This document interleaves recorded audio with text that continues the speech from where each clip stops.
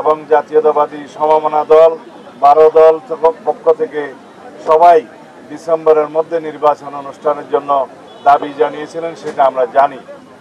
তবে তথ্যগত ভুলের কারণে যদি তিনি সেটা বলে থাকেন, সেটা আমি এই বিষয়ে কোনো সমালোচনা করব না।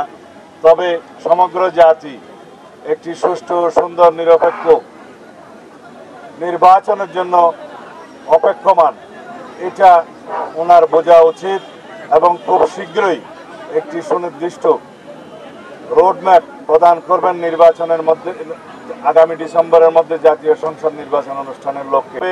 এটা আমাদের প্রতিশ্রুতি, বাংলাদেশের জনগণের চাহিদা, শহীদের রক্তের আকাঙ্ক্ষা, এদেশের মানুষের প্রত্যাশা।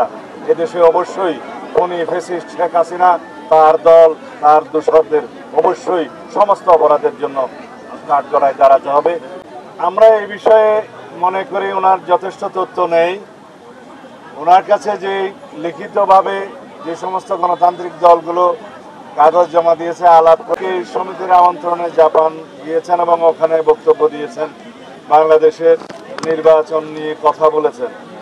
তিনি বলেছেন শুধুমাত্র একটি দল নির্বাচন চায়।